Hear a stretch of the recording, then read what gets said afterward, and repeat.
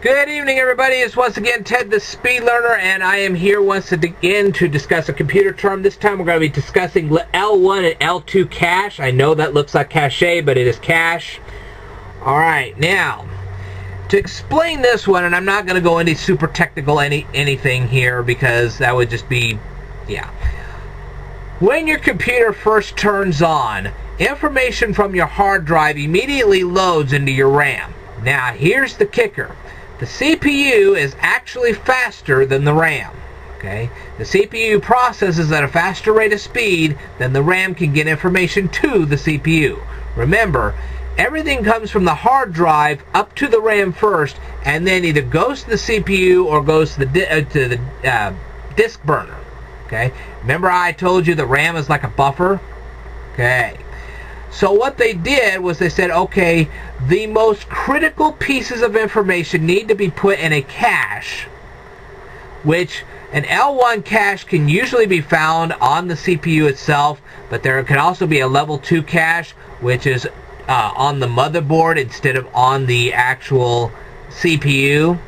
Now the level 2 cache is going to be just a tad bit slower than the L1 cache. Now some computers actually have L1, L2, and L3. Okay, but what happens is the most critical data is stored in the L1, the not quite as critical data is stored in the L2, and the even less critical is stored in the L3, and then if more data is needed, then the computer goes to the RAM, and so on and so forth. So what happens, I'm going to write this down for you. You have your CPU, and it's the brains of the computer. And what the CPU does is it goes to, give me just a second here, when it tries to execute an instruction of any kind, it will first try to find instructions in the L1 cache. If it does not find the instructions there, it will go to the L2 cache. And if a computer does have L3 cache, it will go to that. But if it does not, it will go then to the RAM, which is the random access memory, and then if it still can't find it, it goes to the hard drive, which I'm going to put as HD right here. So when a computer tries to execute an instruction, it will go first to the L1 cache, which is where the most critical files are stored when your computer turns on, the L2 cache, the RAM, and the HD. Now, when a computer warms up, it sends every one of its instructions from the hard drive to the RAM. And then certain pieces of those instructions will be sent to the L2, and then the other pieces are sent to the L1. So like I said, the CPU will access the L1 first. If it can't find what it's looking for there, it'll go to the L2, then it'll go to the RAM, then it'll go to the hard drive. And each time it has to go someplace else, your computer performance will slow down. Okay?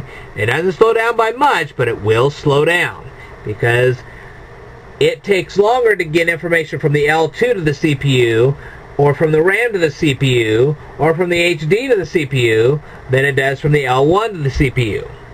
So the most critical Windows operating system files will be put in the L1 cache the very second the computer starts up. The not quite as critical stuff will be put in the L2.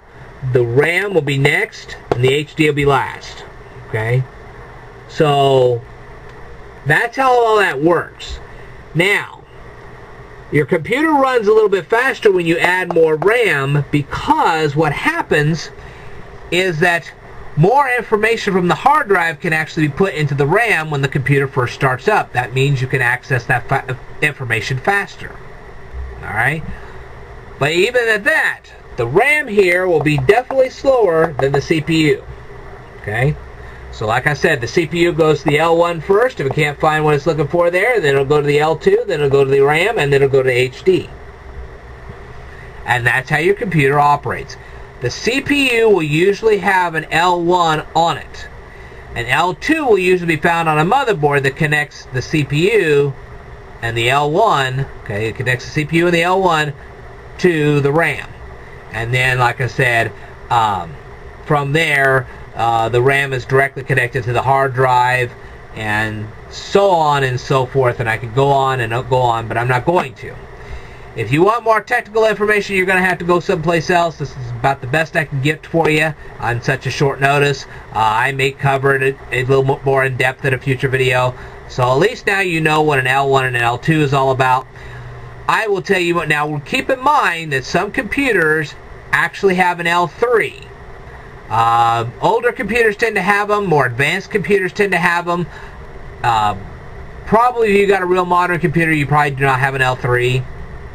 It's not as necessary. Then again, it depends on what you're doing. So, anyway, at least you now know what an L1 and L2 cache is. I'll tell you more in a future video, so stay tuned.